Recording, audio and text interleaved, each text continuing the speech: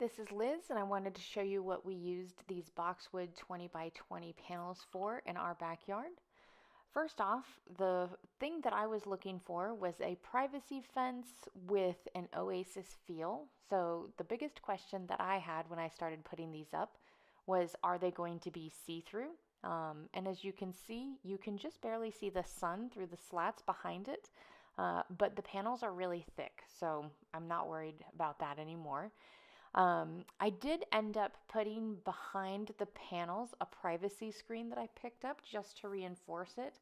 But once I had them in place, I think I probably could have done it without. I just wanted to make sure. So once I got them up, I put them up with a staple gun that I got from Home Depot. It was a pretty easy process. And because I was not working with standard sizes in the fence, these are really easy to cut and customize to the size that you need. So this is what it looks like when it was all finished. I hope that helps.